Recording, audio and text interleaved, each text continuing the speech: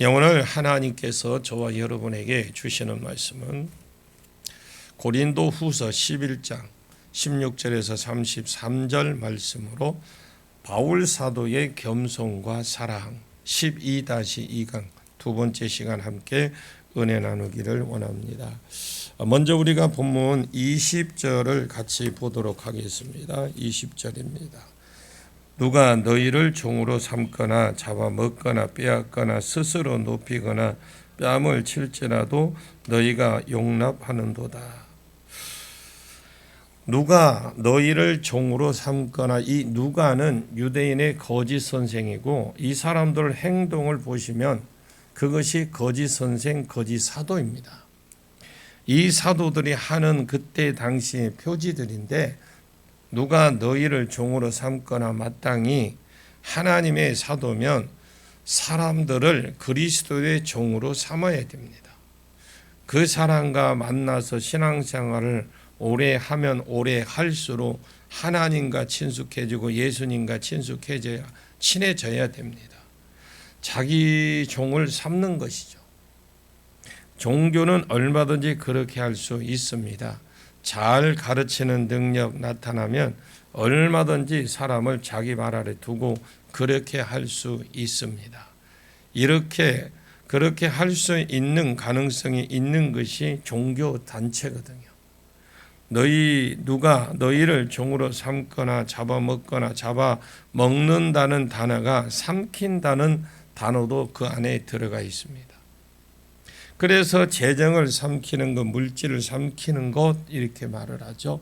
그리고 빼앗는다, 남바노 이라는 말인데 이건 취한다 이 말입니다. 똑같은 사람입니다. 아마 이 부분에 두 번을 반복한 것은 사도라고 하면서 자기는 자비량으로 선교를 했습니다. 또 자기는 그곳에 갔을 때마다 이 교회를 개척했기 때문에 요즘으로 치면 선교하고 똑같은 곳이기 때문에 아직 믿음도 안 들어간 사람들에게, 예를 들어서 내가 사도인데 내 생활 책임지라 하면 그들이 아직 믿음이 없는 사람들인데 떨어질 자가 있을까? 또 시험 들 자가 있을까? 그래서 자기는 그런 부분은 절제했지만, 그렇다고 해서 사람을 삼키고 사람 것을 취하고 뺏었다면 이것은 우리가 대우하고 예우하는 것과 또 달라요. 그런데 교회는 그럴 수 있는 곳입니다. 은혜만 되면 얼마든지 하면 뺄 수 있는 곳이 교회입니다. 그래서 스스로 조심을 해야 됩니다. 자기가 지도자라면 스스로 이 영역 부분에 조심해야 됩니다. 누가 너희를 종으로 삼거나 잡아먹거나, 실제로 먹는 거예요. 자산을 삼키는 것을 말합니다. 다분히 종교단체든지 이단 종교나 어떤 그런 데 보면 그런 것들이 많잖아요. 그래서 스스로 조심해야 돼요. 스스로.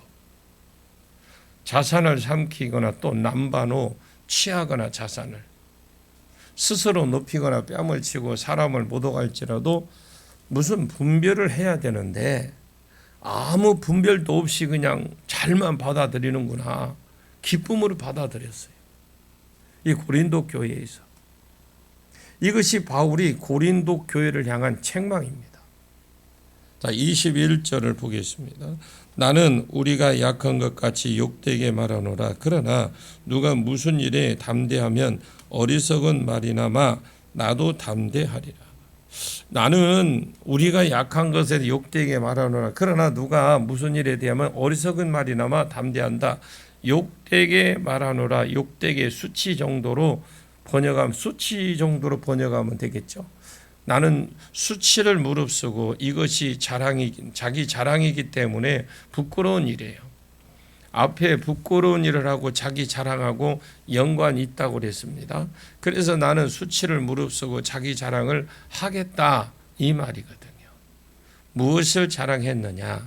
우리가 약한 것 같이, 이것이 뒤에 문장이 없습니다. 그냥 우리가 약하다라는 것이죠. 그래서 바울의 자랑은 내가 자랑하면 안 되지만, 그러나 내가 수치를 무릅쓰고 내 자랑을 한번 해보겠다. 나는 약하다. 이것이 자기 자랑입니다. 새 번역 성경에 우리는 너무나 약해서 그렇게 하지 못했습니다. 그러나 누가 감히 자랑하려고 하면 나도 감히 자랑을 해야 되겠다 해서 그렇게 하지 못했다라는 거예요. 그래서 내가 어떻게 나를 말합니까? 새 번역 성경에 부끄럽지만 터놓고 말씀드립니다, 이 말이에요.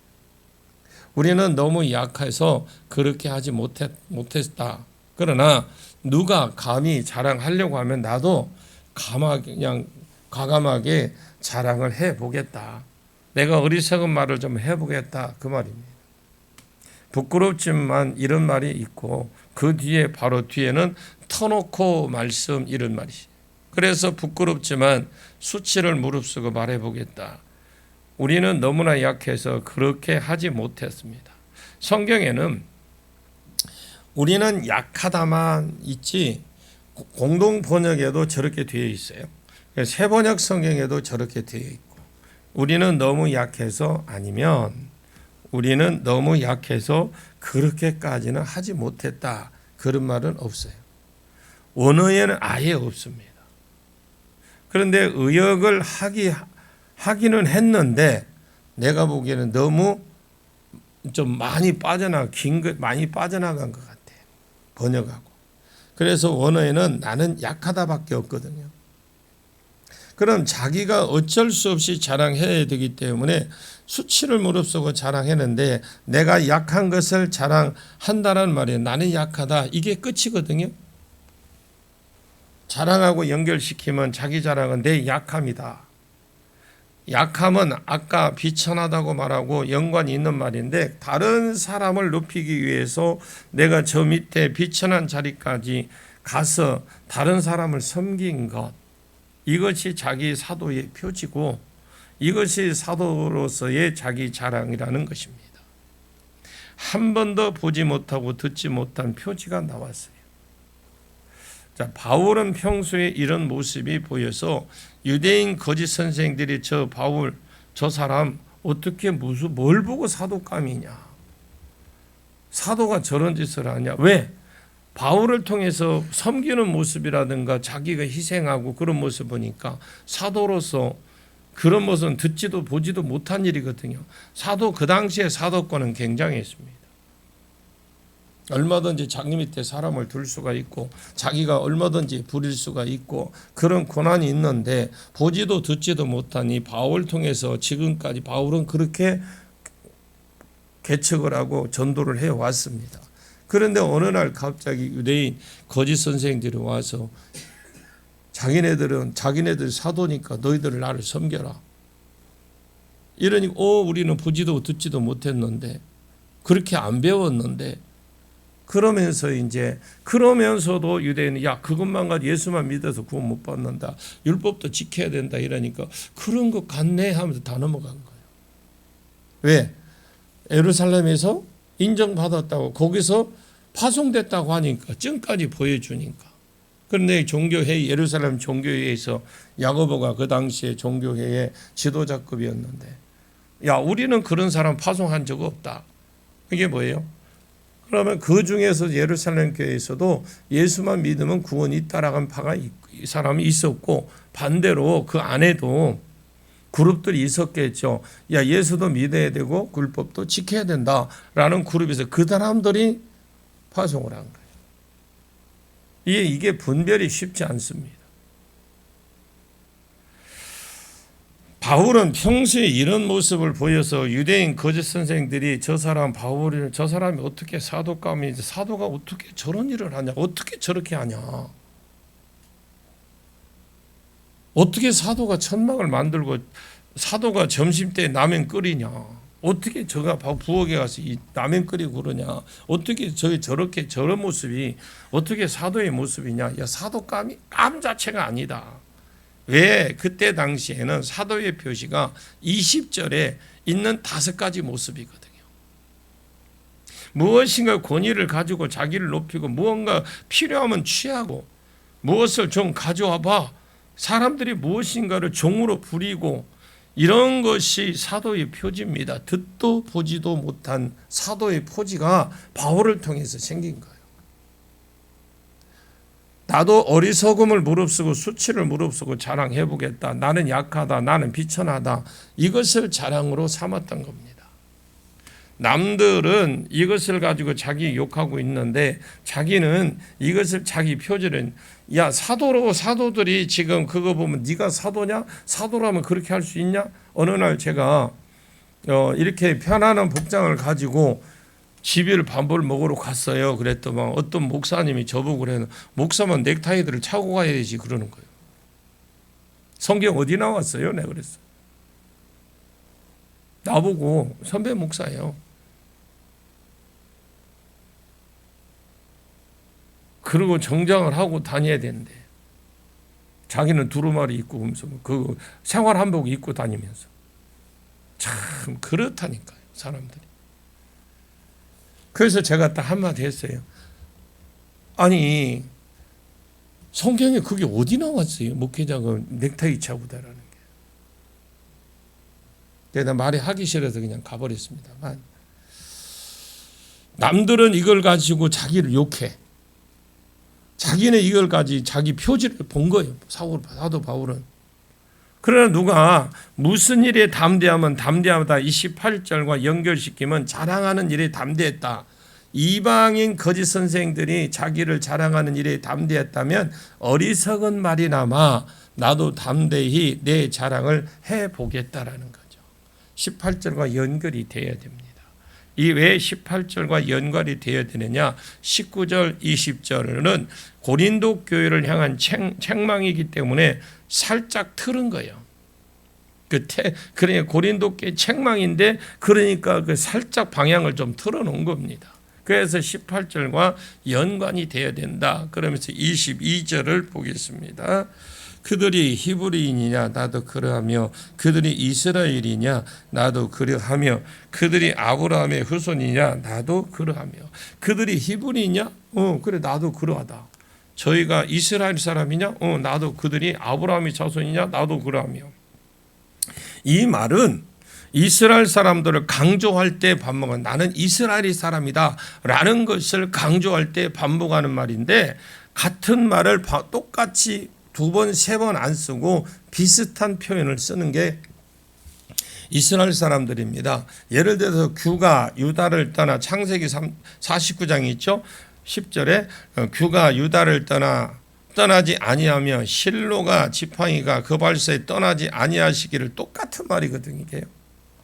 그 나귀를 포도의 나무에 매며 그 앞에 나귀 새끼를 아름다운 포도나무에 매며 그 이가 우유로 인하여 희고 그 눈이 포도주로 인하여 붉고 똑같은 말이에요. 이게 같은 말인데 반복법을 쓰고 같은 똑같은 말을 안 쓰고 그냥 반복법을 쓰는 것인데 이거는 딱 하나 뭐냐 건강을 말하는 거야. 이가 희다 그런 거예요.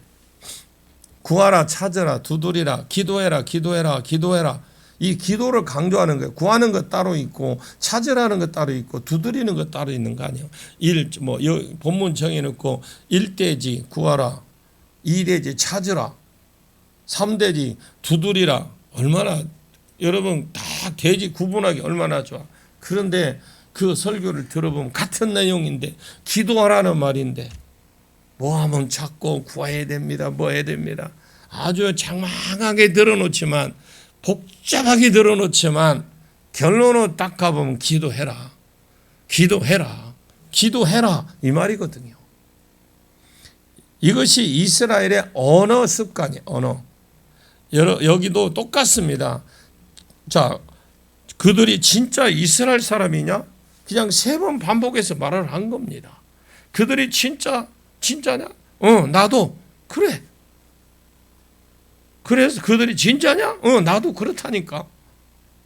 히브리냐? 나도 그래. 그들이 이스라엘 사람이? 나도 그렇다니까. 그들이 아브라함의 씨냐? 나도 그러하다니까. 바울은 더 자랑하려면 더 자랑할 것이 많잖아요. 왜냐하면 자기는 바리새파 사람이에요.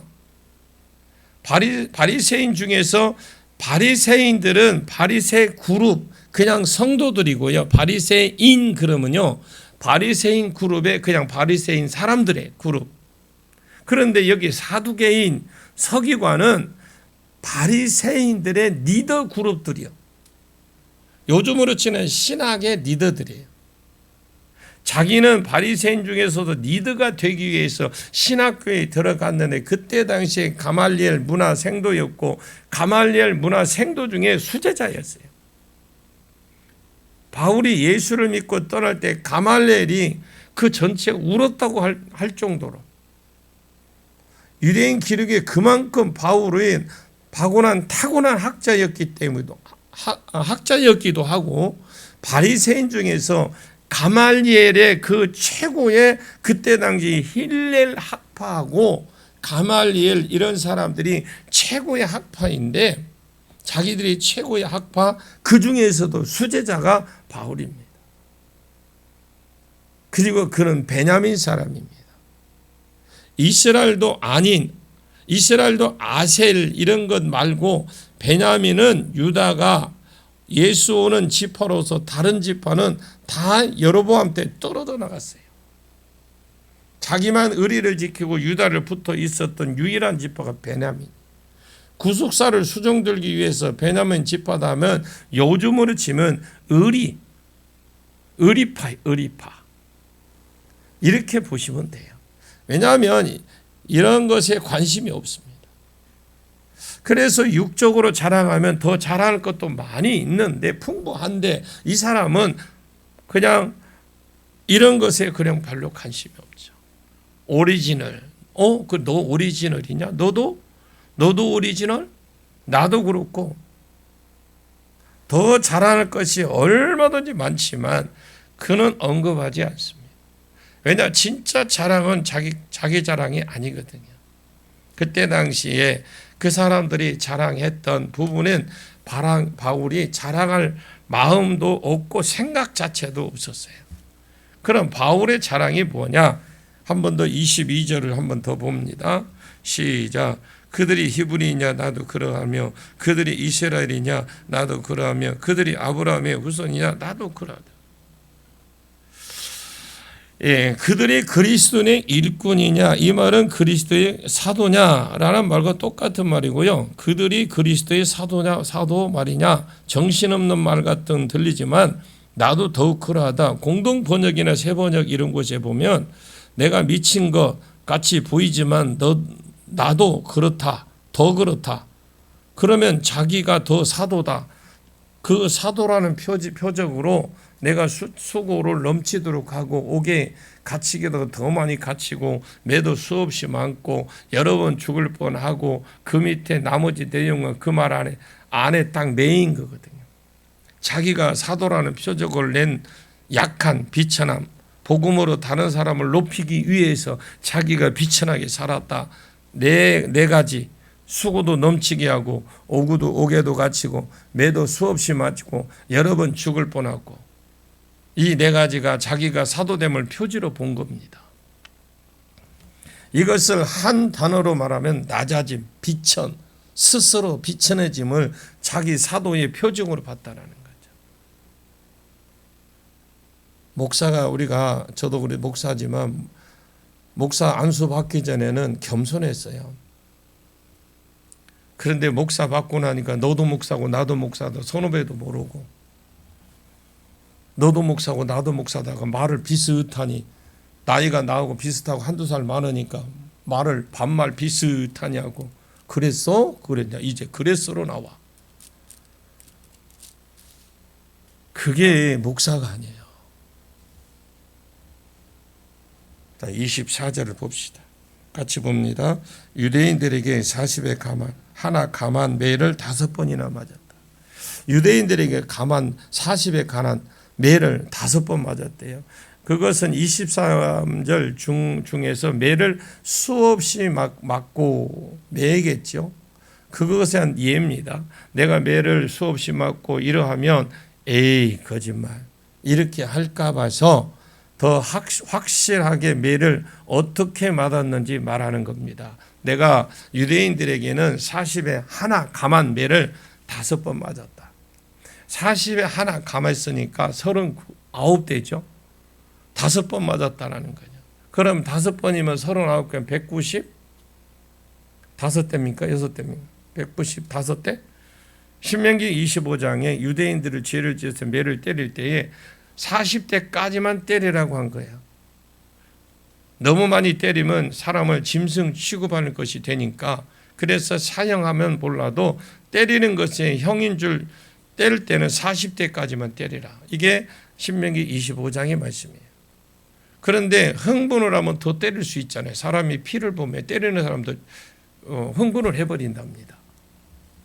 하나, 둘, 셋, 넷, 다섯 이러다가 10, 그러다가 29 해놓고 또 37, 38 해놓고 36, 7 이렇게 할 수도 있잖아요.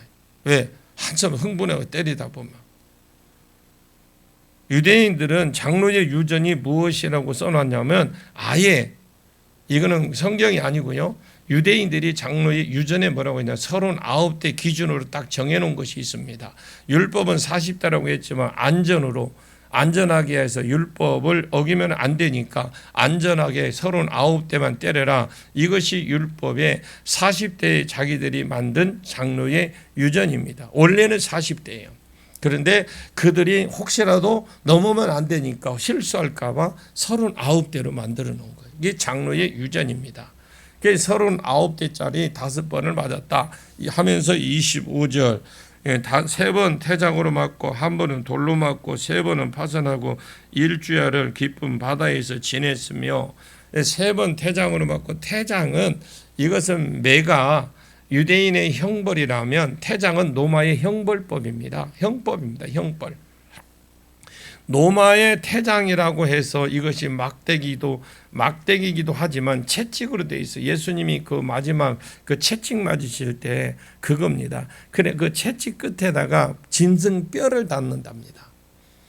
그리고 가죽나무로 손잡이를 만들고 가죽 끝에다가 달아서 끝에 동물 뼈 조각을 달아 놓았어. 그래서 딱 치면은 몸에 감기면서 살점이 딱 찢어진답니다. 그 태장 맞아서 죽은 사람들이 많이 있죠. 여러분, 현장에서 죽은 사람이 많습니다. 그런데 바울은 유대인에게도 복음을 전하다가 또 맞았지만 또 그 이방인의 사도니까 로마의 속국에 가서 복음을 전하다 보니까 태장으로 3번 맞았다. 그것은 몇 대까지 때리라 이런 한계가 없으니까 정신없이 3번을 맞았다. 3차례나 그것도. 그러면 한 번은 돌로 맞고 이것은 죽음에 해당되죠. 왜냐? 돌로 치는 것은 유대인의 사형법입니다. 유대인들은 사형시킬 때에 유대의 사형법은 돌로 치어서 죽이는 겁니다. 로마의 사형법은 십자가고요. 그래서 죽을 뻔에 해당되는 거예요. 이 중간에 잘려서 돌에 한 번 돌에 맞고, 사도행전 13장에 누스드라에서 바울이 돌에 맞아 유대인들에게 돌에 맞아 죽었습니다. 그런데 하나님이 다시 살려주셨습니다. 그래서 죽을 뻔에 들어간 거예요. 그리고 3번 파선하고, 파선 배가 부서지거나 배가 깨지는 걸 말하는 거죠.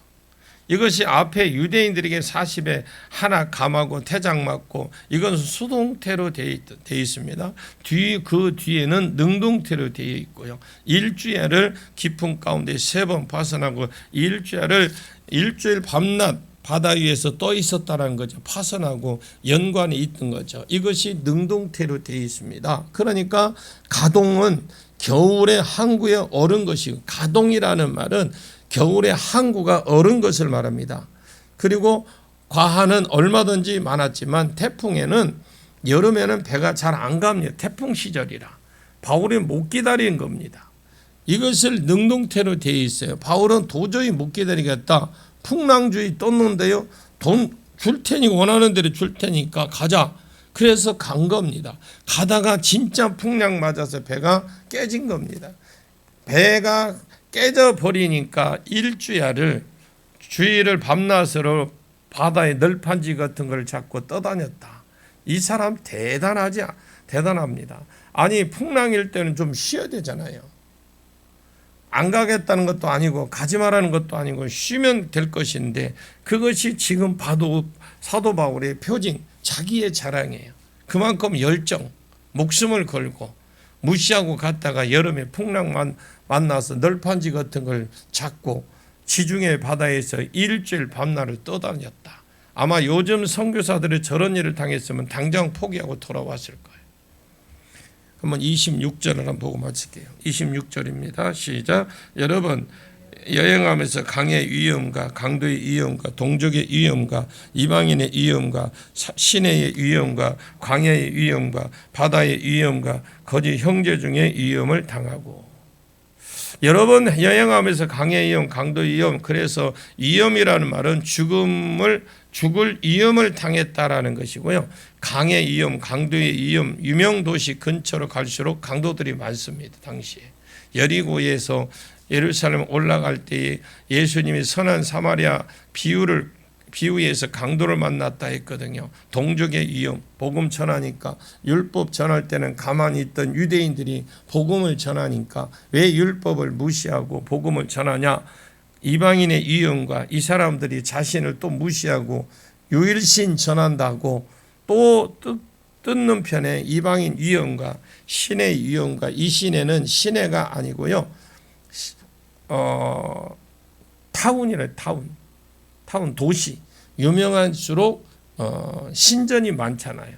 유명할수록 그래서 유명 시내일수록 죽을 뻔했더니 신전이 많으니까 그래서 바울은 끝에도 나오지만 다메섹에서도 죽을 뻔했고 예루살렘에서도 죽을 뻔했고 다메섹을 피해서 예루살렘으로 올라가면 그곳에서 유대인들이 죽을 뻔해서 바나바 몇몇 형제들이 피난시켜서 길리기아 다소로 밤에 도망을 쳤습니다. 에베소에서 또 이런 유명 도시일수록 도시에 위험이 있었고 데메드리오 소동으로 광야의 위험 들어가는데 그런데 광야로 질러 빨리지만 그러면 이 사람은 광야로 간 거죠.